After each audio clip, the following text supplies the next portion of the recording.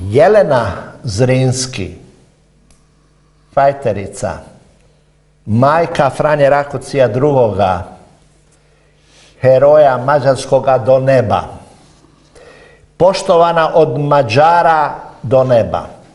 A položaj koji je držala u Ukrajini današnjoj, u mjestu Munkačevo, utvrđeni grad Munkač, nešto fantastično, 2 godine je pružala otpor Habsburzima. Pala je radi izdaje iz vlastitih redova, kako to obično biva, ne? Jer su zapovjednici koji su vodili evidenciju potrošnje vode i hrane krivotvorili izvješća i ona nije dobro ekonomizirana i na koncu se morala predati. Inače, prozvana je i najhrabrijom ženom Europe. Zašto? Jer je u jednom jurišu konjice iz Munkača na turske postrojbe jedan vojnik pao sa konja. I jedan Turčin je zamahnuo da ga ubije. I ona je sa Munkača, prema izvješćima, puškom ubila toga tipa i spasila svoga vojnika. To je bila Jelena Zrinski. Zajedno sa Franjom Rakocijem, sinom, bila je protjerana u Tursku. Interesantno, turski sultan je ispunio svoje riječi prema Jeleni do zadnjega, za razliku od Habsburga koji su samo varali i ucjenjivali. Umrla je u Nikomediji, to je današnji Izmit, pokopana je u Carigradu, prenešena zajedno sa Franjom Rakocijem II u Košice. Danas je u kripti katedrale Svete Elizabete u Košicama i svaki dan svijeća svježe zapaljena je na njezinom grobu. A njezin grob je prekriven stotinama lovorovih vijenaca sa mađarskim trobojnicama. Niti jedne hrvatske, nažalost. To je ta katedrala u Košicama gdje mnogi Hrvati uđu da bi vidjeli oltar svetoga Marka Križevčanina, koji je u toj crkvi. Ali nitko ne zna da je tu hrvatska heroina Jelena Zrinski, majka Franje Rakocija II, kako je piše na sarkofagu, u kripti. Divan, predivan, ogroman sarkofag gdje ona počiva. Ne samo to, nego su Mađari zajedno sa Turcima se dogovorili, pa su kuću gdje je bio Franjo Rakoci II presjekli na pola. Neka pola ostane u Mađarskoj, a pola ćemo staviti u Košice. I tako je bilo napravljeno. Postoje 2 kuće, kuća je raspolovljena, pola je u Košicama, pola je ostalo u Turskoj. I tamo je sada muzej sa velikim brončanim kipom Franje Rakocija II. Knjigu o Jeleni Zrinskoj, Jelena Zrinski najhrabrija žena Europe, izdala je u Hrvatskoj 2011. mađarska akademkinja Gneser Vrkoni. Ta Mađarica je o Jeleni rekla sljedeće: konačno se vraća na rodnu grudu, u domovinu koju je odgojila. Palo mi je na pamet, čuvši da će moja knjiga o Jeleni Zrinskoj izići na hrvatskom. Ali istodobno sam se zapitala, hoće li se time moći svladati sav taj teret prešućivanja, koji se gomila iz stoljeća u stoljeće. Hoće li taj povratak u domovinu vlastitih korijena biti uistinu vjerodostojan i riješiti se naslaga zabluda, iskrivljavanja i svojatanja? Hoće li izvorna ličnost te iznimne kćeri iznada sve darovite obitelji Zrinskih napokon doista biti otkrivena?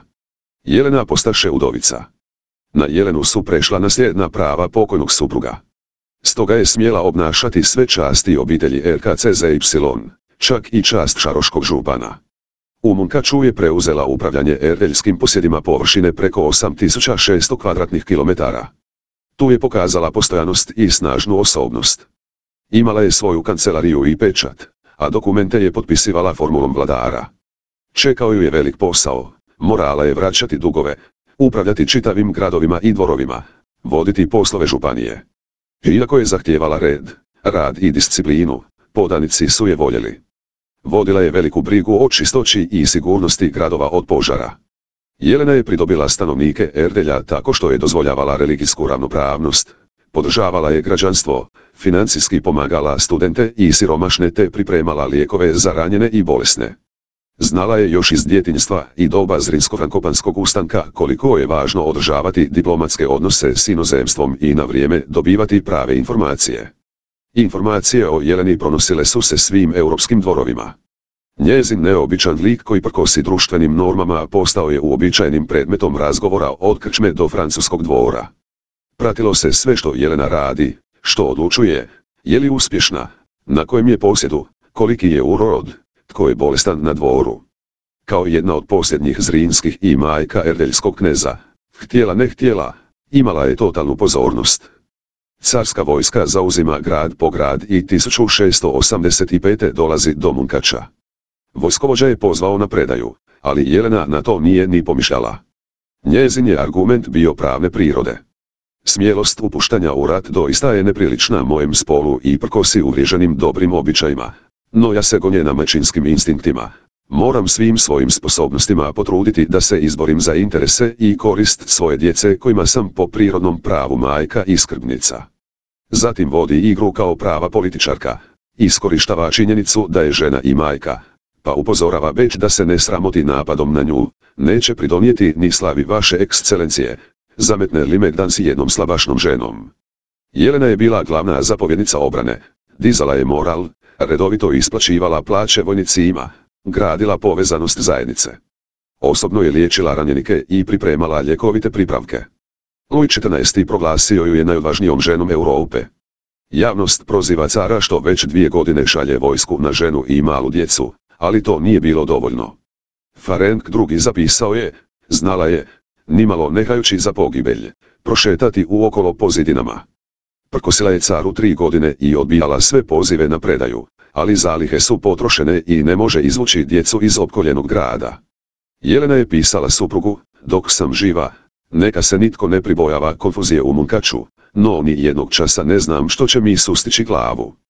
Postavši najodvažnijom ženom Europe, kakvom ju je smatrao francuski vladar Luj XIV, bila je inspiracijom i svojem pjesnički nadarenom suvremeniku koji je za nju napisao, sloboda nam je zarobljena i satirana u Munkacesku tvrđavu, a brani ju ona, mada samo žena, no zrinjevski srčana. Jan III. Sobieski nazvao ju je najvećom ženom Europe. Sultan Mehmed IV. Dodijelio joj je odličje Adname, a to je jedini puta u povijesti da je neka žena dobila to odličje. U njezinu čast nazvane su ulice u Mokačevu, Beregovu i Hinadejevu. Škole su nazvane po njoj u srednjoj Europi i slično, to je vidljivo ovdje na Google Mapsu.